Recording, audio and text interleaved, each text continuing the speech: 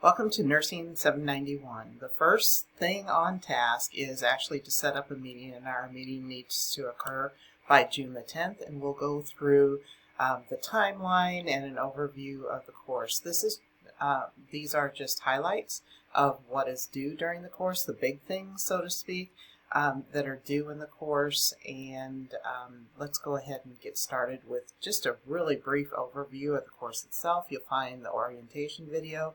Let's go ahead and take a look at the course timeline.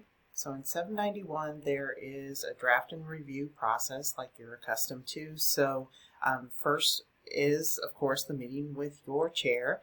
And secondly, you will be constructing your Chapter 2 draft. And just always remember that your Chapter 2 has to reflect the evidence that is in Chapter 1 and correlate the structure of the project with what your aims are for your particular project. So again, this is where we start putting everything together and actually ticking and tying everything within within your project paper. So we know what the evidence actually entails. So in Chapter 2, with the construction of your actual project, this is kind of a how-to as far as your project, the who, what, when, where, all of those key elements need to be in Chapter number 2. The nuts and bolts of how you are actually going to implement your evidence-based project. And you'll also have information about IRB, so please take a look at the rubrics, both the draft rubric and the final Chapter number 2 rubric, to give you an idea of what needs to be included in your Chapter number 2.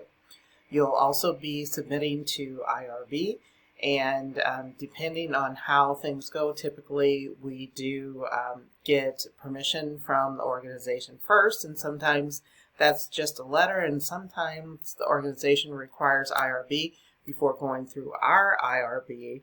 And on the flip side, sometimes organizations require going through our IRB, meaning McKendree's IRB first, and then you will go through the IRB at the organization. So it's up to you to really establish how that needs to work, and please do let me know.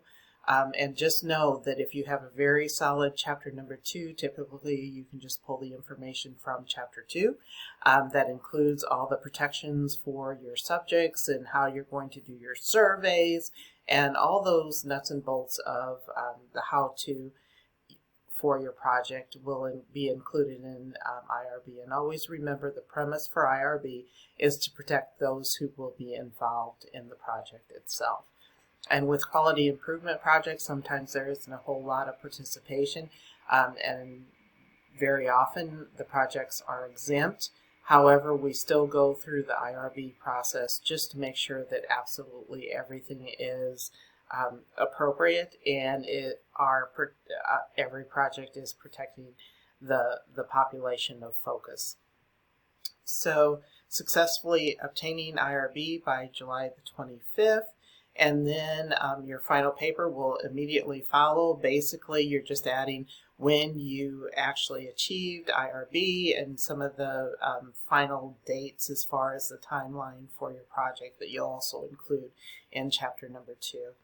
And then you will do your presentation shortly thereafter. So this is a relatively tight time frame for these aspects. So make sure that you're working ahead for your project and starting to project presentation, starting to structure things before even you have IRB, so to speak. And you'll just need to tweak things and you'll be ready to roll for your presentation. Make sure that you arrange for your presentation with your entire team and give them plenty of notice to fit it in within, again, that short time frame.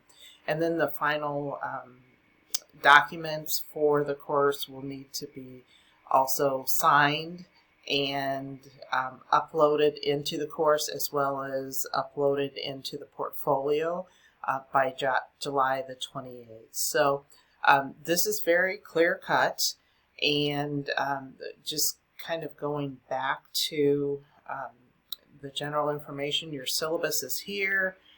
We have the aggregate outcomes, and then project resources. So this is where you'll find the tools that you'll need. There are some templates. There's a sample IRB to give you an idea of what needs to be included. And just remember, most of the key aspects from the IRB application actually are parts of your chapter number 2. So again, they tick and tie. And how to actually submit to IRB and such. But there are some templates that you will use as far as informed consent and debrief are included here for your convenience, and make sure that you have the appropriate language. So as always, the rubrics are here. This is for the draft, this is for the final paper, and this is for the presentation. So just kind of know that all of that is together in the project resources, and we have the PowerPoint template for your convenience. And it looks like I have it in there twice, so I need to fix that. And the Advanced Nursing Project Guidelines, just the overview that you've seen before. It's also included for your assistants. So know that there's help desk and IT support listed here, and then all the assignments for the project paper, the IRB, and the final project paper, as well as the letter of approval or IRB approval from the organization is here, along with the final documents that you'll need to be uploading as well. So it's a fairly clear-cut course, and remember, this is very independent, and this course is where we will work very closely together through the process. Always remember that you need to schedule your time so that there's adequate time for your committee members to do the review process as well before the next due date comes into play. So if you need anything, let me know. Otherwise, I'll look forward to our meeting. Take care now.